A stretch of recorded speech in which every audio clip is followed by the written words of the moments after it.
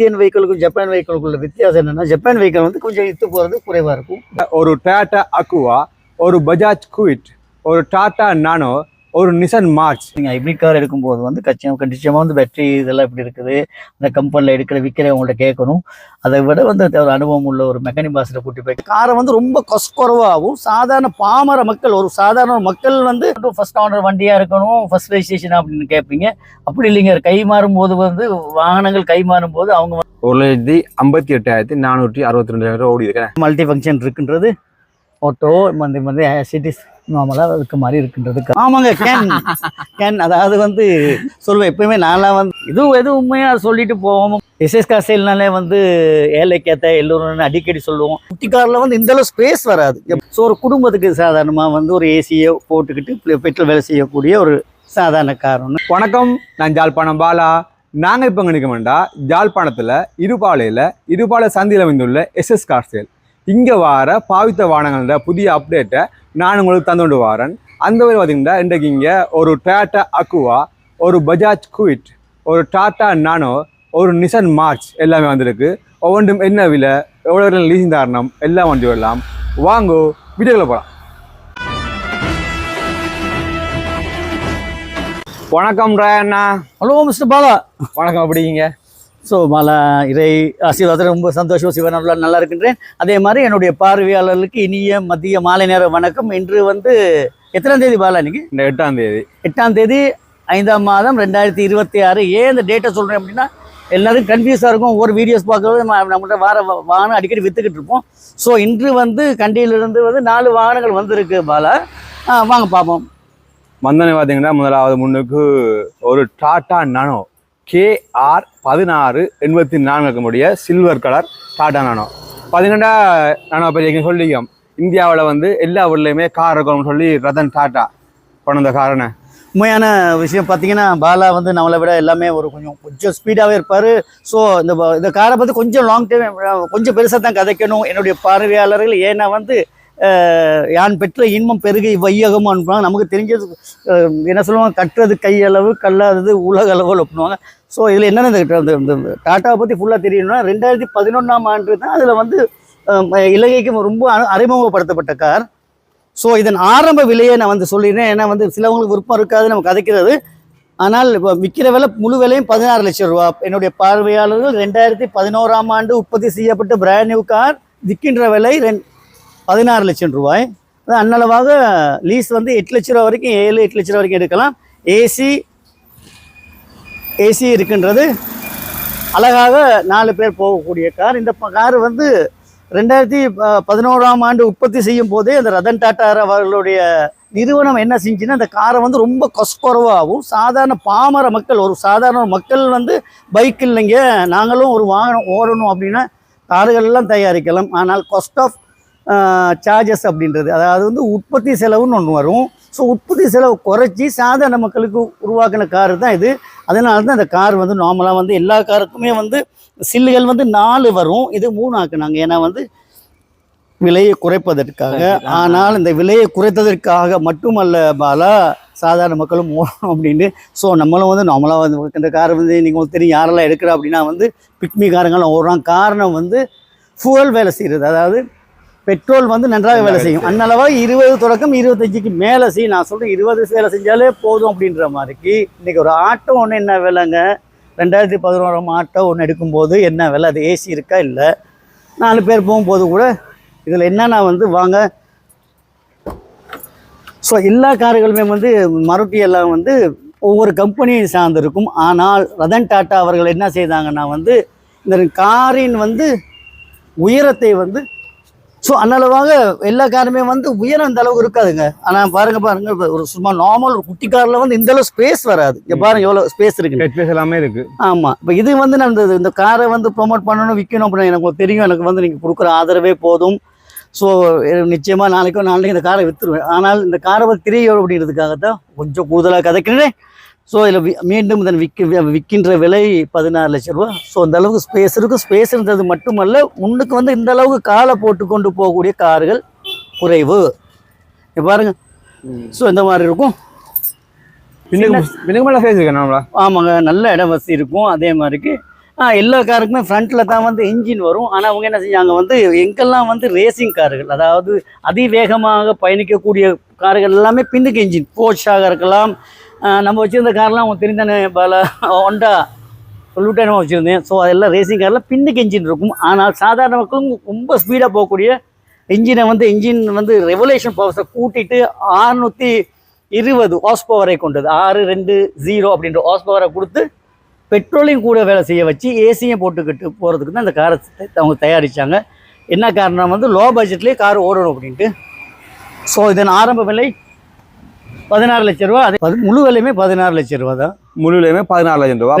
Leasing இந்த மாதிரி அன்னளவாக வந்து 7 லட்சம் வரைக்கும் 8 லட்சம் வரைக்கும் எடுக்கலாங்க. அதை வந்து ஆமாம் ஃபினான்ஸ் எடுக்கலாம். கையில் வந்து அப்படின்னா எவ்வளோ பாலா 8 2 10 10 அங்கே 6 1 7 லட்ச ரூபா தான் கையில் கொண்டு போகலாம். கையில் 7 லட்சம் இருந்தாலும் இந்த காரை கொண்டு போகலாம். ஆனால் அப்போ அதே மாதிரி இங்கே 7 லட்ச ரூபா லீஸ் போட்டால் கூட சின்ன அளவு தான் கட்ட வேண்டி வரும்.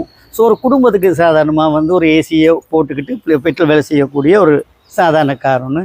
ஸோ என்னுடைய பார்வையாளர்களுக்கு யார் இருந்தால் கண்டெக்ட் பண்ணுங்கள், நம்பரை போடுவோம்.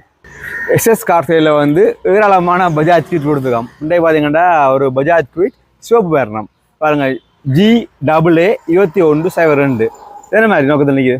ஆமாம், என்னுடைய பார்வையாளர்கள் இது 2019 வந்த பஜாஜ் கியூட் வந்து 2019 பிராண்ட் நியூ வண்டி.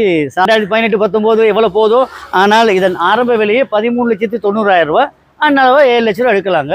2019ஆம் ஆண்டு பிராண்ட் நியூ வந்த மந்த பெயிண்டோடு இருக்கின்ற பஜாஜ் கியூ கார் ஒன்று என்னுடைய பார்வையாளர்களே. ஸோ வாங்க வந்து பாருங்கள். அதே மாதிரி நம்ம அடிக்கடி சொல்கிறது தான், ஒரு நல்ல மெக்கானிக் பாஸை கூப்பிட்டு வாங்க, பிடிச்சிருந்தா எடுங்க. ஆனால் இதன் வந்து என்ன பியூட்டி அப்படின்னா வந்து எங்கெல்லாம் பஜாஜ் ஷோரூம் இருக்கின்றதோ அங்கே வந்து இதுக்கு ஸ்பேர் பார்ட்ஸ் இருக்கின்றது. ஸ்பேர் பார்ட்ஸ் எல்லாம் 3 வீல் இன்ஜின் தானே. அந்நளவாக 25 தொடக்கம் 30 பெட்ரோல் செய்யக்கூடிய பஜாஜ் கியூட் சிவப்பு வண்ணத்தை சார்ந்த கார். மற்றபடி இதுவும் அதே அந்த அளவுக்கு இதுகள் இருக்கின்றது. என்னது உள்ளுக்கு ஸ்பேஸ் இருக்கும். 13,90,000 சொல்கிறோம். நீங்கள் வாங்க, விலையில வந்து கொஞ்சம் குறைக்கலாங்க. ஆனால் கண்டிஷன் நல்லாவே இருக்கின்றது. அதே மாதிரி செட் ஒன்று இருக்கின்றது. நீங்கள் பாருங்கள், பின்னாடி ஸ்பேஸ் பாருங்க.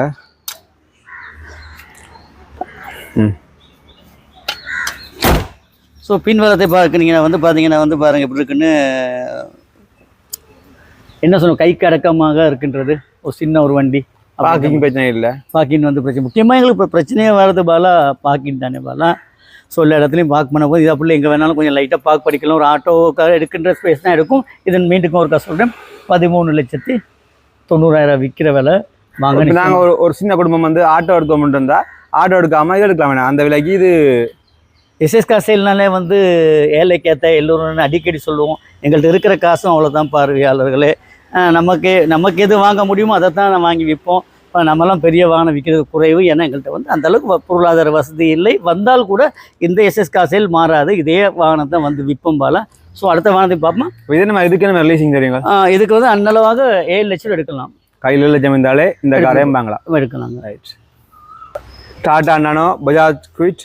ஆனால் இங்கால என்ன இதெல்லாம் அப்படியே குப்பையாது. இங்கே என்னது இதெல்லாம் அப்படி குப்பையாச்சிங்க யாரெல்லாம் இப்போல்லாம் இங்கே எஸ்எஸ் காசேலில் வந்து வாகனம் பாலிஷ் பண்ணுறது, கட்டன் பாலிஷ் பண்ணுறது, கழுவுறது அதெல்லாம் இல்லை. இவ்வளோ தான் காருங்க. இதுதான் இவ்வளோ தான் உண்மை. இதை நீங்கள் தான் போய் எடுத்து போய் கழுவுறது, சர்வீஸ் பண்ணணும். இவ்வளோ தான் வேலை. ஸோ எனக்கு தெரியலையே, கட்டன் பாலிஷ் பண்ணி சும்மா அந்த பாசன் தெவிலிப்பதில்ல.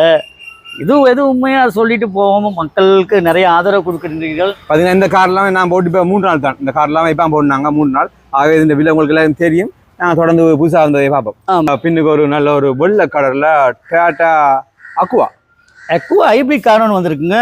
இந்த கார் வந்து பாருங்கள் என்ன வருஷம் வந்திருக்கு, பாலாவே சொல்லுவார். 2015 பாருங்கள். 2015 வந்த ஒரு ஹைப்ரிட் டாடா அக்குவா.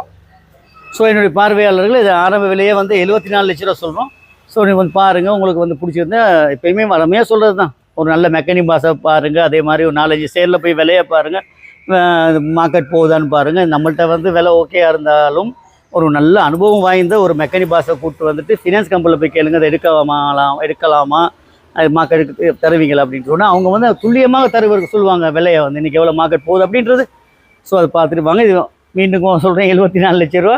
வாங்க அடுத்த காருக்கு போகும். இது பாருங்க இதுல இந்த நம்பரோட ஸ்பெசிஃபிகேஷன் இருக்கு. உங்களோட பழமையா நீங்க சொல்ற மாதிரி. ஆமாங்க, கேன் அதாவது வந்து சொல்லுவேன் எப்பயுமே நான்லாம் வந்து அதாவது ஒரு மனிதனுடைய வார்த்தை வந்து ஒரு மனிதனை வந்து உற்சாகப்படுத்த வேண்டுமே அன்றி அவர்களை வந்து சில விமர்சகர்கள் அப்படி சொல்லுவாங்க. நான் அதை கணக்கெடுக்கலை.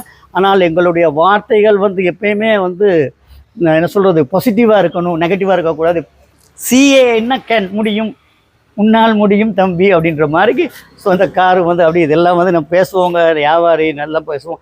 என்ன 1000 வந்து வார்த்தைகள் ஜாலத்தில் பேசினாலுமே அறிவு வந்து நீங்கள் தான் யோசிக்கணும். சக்தி டிவியில் நான் சொல்லுவாங்களே, தெரிவிப்பது நாங்கள், தீர்மானிப்பது நீங்கள். அதனால் எப்பயுமே என்னுடைய பார்வையில் எங்களால் யாருமே நஷ்டம் போகக்கூடாது அப்படின்ற எண்ணத்தில் தான் சொல்கிறேன். நீங்கள் வந்து நல்ல மெக்கானிக் பாஸை கூப்பிட்டு வந்து பார்த்து எடுக்கிறது இண்டியா பாபு. ஓகே ராயண்ணா, இந்த கார் வந்து எத்தனை சிசி? அதாவது பார்த்தீங்கன்னா நாங்கள் முதல்ல வந்து காரை பற்றி விளக்கமாக வீடியோ ஓட்டினாங்க. அப்போ பார்த்தீங்கன்னா நிறைய கவுண்ட் அதாவது நீங்கள் நிறைய அலம்புறீங்கன்ட்டு. அப்போ நாங்கள் இப்போ ஆண்டையும் விலை மாத்திரம் படம் நிறைய பேர் காரை பற்றி விளக்கமாக போகிறோம்னு சொல்லி. எத்தனை சிசி இது? 1500 சிசி இல்லை. என்னுடைய பார்வையாளர் நாங்கள் வந்து கூடுதலாக கதையில் வந்து உங்களுக்கு வந்து கேட்க முடியாது. ஏன்னா வந்து நம்மளாம் வயசு போனவங்க வந்து கதைக்கு அவ்வளோதான் வருவோம். அதே மாதிரி ஷார்ட்டாக சொன்னால் வந்து கிட்டத்தில் என்னுடைய பாலாக்கு வந்து சொல்லியிருக்காங்க ஃபுல்லாக. அதாவது ஒவ்வொரு வாகனமும் வந்து 5000 கிலோமீட்டருக்கு ஒருக்கா நார்மலாக வந்து டிரான்ஸ்மிஷன் ஆயிலை மாற்றணும், இன்ஜின் ஆயில் மாற்றணும், அதே மாதிரிக்கு வந்து பிரேக் பேஸ் மாற்றணும். ஸோ இது வந்து ஆஸ் யூஷுவலாக செய்யணும். அப்படி செஞ்சிங்கன்னா உங்களுடைய வாகனம் வந்து ரொம்ப நல்லாயிருக்கும். ஸோ இதுகளெல்லாம் சொல்லி லாங் வீடியோஸ் போட்டால் என்ன இருக்குன்னா வந்து எங்களுக்கு வந்து விமர்சகர்கள் வந்து ரொம்ப வந்து இது பண்ணி ஒரு பர்சனலாக வந்து ஏதாவது வெஹிக்கிளை பற்றி கேட்கணும் அப்படின்னா வந்து நிச்சயமாக பாலா என்னுடைய நம்பரை போடுவார். கேளுங்க, நம்ம அந்த அளவுக்கு அறிவு இல்லைங்க, கொஞ்சமாக அது இருக்கும், வாகனத்தை பற்றி கொஞ்சம் ஒரு அனுபவம் இருக்கும். ஏன்னா வந்து 4 தலைமுறையாக செஞ்சுட்டு வரனால எங்கள்கிட்ட தெரியாத விஷயங்கள் எனக்கு தெரிஞ்சாலும் நிச்சயமாக நான் சொல்லுவேன். அதை வந்து பர்சனலாக கேட்கணுன்னா வந்து என்னுடைய நம்பரை வந்து பாலா போடுவாருங்க, பார்த்து சொல்லலாம். ஸோ இந்த வாகனத்தின் விற்கின்ற விலை பாலா 74 லட்ச ரூபா. மல்டி ஃபங்க்ஷன் இருக்குன்றது, ஆட்டோ வந்து சிட்டிஸ் நார்மலாக இருக்க மாதிரி இருக்குன்றது கார். இது வந்து இப்போ எவ்வளோ தூரம் ஓடி இருக்கு மீட்டர்? இது வந்து உண்மையிலே வந்து 1,58,462 கிலோமீட்டர் ஓடி உள்ள காருங்க. பாருண்ணா 1,58,462 ஓடி இருக்கேன். ஓகே, என்ன ஃபர்ஸ்ட் ஓனரா இல்லாட்டி? இது ஓனர்ஸ் இருக்குங்க, ஓனர்ஸ் 2-3 ஓனர்ஸ் இருப்பாங்க பாலா. என்ன சில பேர் வந்து போஸ்ட் ஓனர்ண்டா விரும்பி வேணுன்றது கூட தானே. ஸோ அப்படி இல்லைங்க. இப்போ என்னை பொறுத்தவரையில் வந்து என்ன பண்ண லாங் வீடியோ போயிருமா தெரியல. ஸோ என்னுடைய பார்வையில் எங்களுக்கு எல்லாமே ஒரு ஆசை இருக்கட்டும், ஃபர்ஸ்ட் ஓனர் வண்டியாக இருக்கணும், ஃபர்ஸ்ட் ரெஜிஸ்ட்ரேஷன் அப்படின்னு கேட்பீங்க. அப்படி இல்லைங்க, கை மாறும்போது வந்து வாகனங்கள் கை மாறும்போது அவங்க வந்து நல்லா செஞ்சிருப்பாங்க. திருப்பி அடுத்த வரும்போது இப்போ இந்த காரை கொண்டு போன கைக்கே ஓடி போய் கோயில் கொண்டு போகிறது இல்லையே, அவங்க என்ன செய்வாங்க, கொண்டு போயிட்டு சர்வீஸ் போடுவாங்க, கழுவுவாங்க, அதுக்கப்புறம் என்ன சின்ன சின்ன வேலைகள் செய்வாங்க. ஸோ கை மாறுற வாகனங்கள் வந்து நிச்சயமாக நல்லா இருக்குன்றது என்னுடைய தனிப்பட்ட கருத்து. அது உண்மையாக பொய்யான்றது தெரியல. சிலவங்க ஃபர்ஸ்ட் ஓனர் அந்த காலத்தில் கேட்டாங்க ஃபர்ஸ்ட் ஓனர் வண்டி அப்படின்றது. இப்போ அப்படி இல்லைங்க. நான் வந்து ஓனர்ஸ் வந்து புக்கில் காட்ட மாட்டான், புக்கில் காட்டு மேலே மேலே ஒரு சின்ன இடத்துல காட்டுவாங்க, இவ்வளோ தான் அப்படின்றது. பார்த்தீங்கன்னா பின்னுக்கு வந்து நல்ல சீட் வசதிக்கான வடிவாக இருந்து போகக்கூடிய, அதே மாதிரி இங்கே வந்து வடிவாக காலில் நீட்டி 6ல் இருந்து போகக்கூடியதாக இருக்கும்.